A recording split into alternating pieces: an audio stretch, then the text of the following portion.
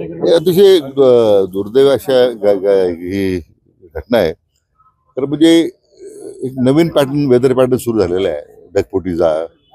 त्यातून जे अनेक आपण आपल्याच भागात नाही तर संपूर्ण देशभरामध्ये सुद्धा, उत्तर हिंदुस्थानात सुद्धा जो काही प्रचंड प्रलय आला आहे त्याची परिस्थिती आता रोज येते आपल्याला. आता इथे पाथर्डी तालुक्यात मला वाटतं 100 वर्षात नाही एवढा पाणी या भागात आलं असं ग्रामस्थ सांगतायत. तलाव फुटलेत, रस्ते वाहून गेलेत, आता मोठ्या प्रमाणात तुमचे नाले आहेत, ओढे आहेत, त्याच्यावर पाणी येत नाही म्हणून लोकांनी अतिक्रमण केलेली आहेत. त्याचा एक परिणाम मोठ्या प्रमाणात घरामध्ये पाणी घुसण्याचा आणि अशा या सगळ्या जी काही वाताहत झालेली आहे, म्हणजे ती शेतीची असेल, दुकानाची असेल, या बाबतीमध्ये तर शासन स्तरावरून पंचनामे करण्याच्या सूचना आपण दिलेल्या आहेत. परंतु एक नैसर्गिक आपत्ती अतिशय मोठी होती. एकच आहे की एखाद दोन आपत सोडला तर एवढ्या मोठ्या आपत्तीत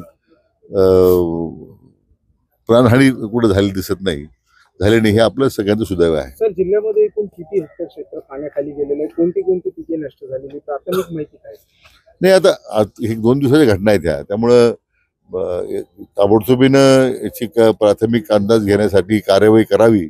आवश्यक ज्या भागांमध्ये अतिवृष्टी नाही, ढगफुटी नाही, त्या भागातील कर्मचारी इकडे बोलून घेऊन एकतर पंचनामा करण्याची स्थिती बऱ्याच ठिकाणी नाही आहे, कारण शेतामध्ये पाणी आहे. त्याचा विचार करून आता त्या भागातील सरसकट पंचनामे करावेत अशा प्रकारच्या सूचना मी जिल्हाधिकाऱ्यांना दिलेल्या आहेत. आणि पण मी म्हटल्याप्रमाणे एकदा पूर्णतः जी आता आकडेवारी समोर आलेली आहे प्राथमिक जी आहे, साधारण 94,000 साधारण 770 शेतकऱ्यांच्याकडे, म्हणजे मला वाटतं 1,02,000 साधारण 1,00,000 हेक्टर क्षेत्र बाधित झालेलं आहे. म्हणजे संख्य क्षेत्र प्रचंड मोठ्या प्रमाणात बाधित झालेलं आहे. आता ह्या भागात पाथर्डी आहे, शेवगाव आहे, इथे तर आपण स्वतः पाहता किती त्याच्यात किती स्थिती गंभीर आहे.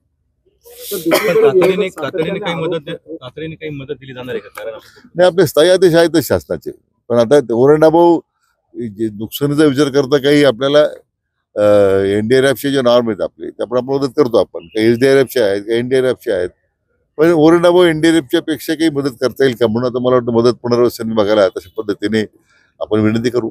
काही संसार उद्ध्वस्त झालेले आहेत, पंचनामे होतात मात्र मदत दिली जात नाही. अहिल्यानगरचे खासदारांनी देखील तेच आरोप केले की वेळोवेळी पंचनामे केले जातात मात्र मदत नाही. कसं बघतं सर? मला असं आहे की यापूर्वी ज्या ज्या घटना घडल्या आहेत, आता नगर तालुक्यातले मध्ये अकळनेर, पिंपळगाव, माळवी, वाळकीला, इथे आपण तातडीने स्वतः गेलो, पंचनामे झालेत, लोकांना मदत मिळते.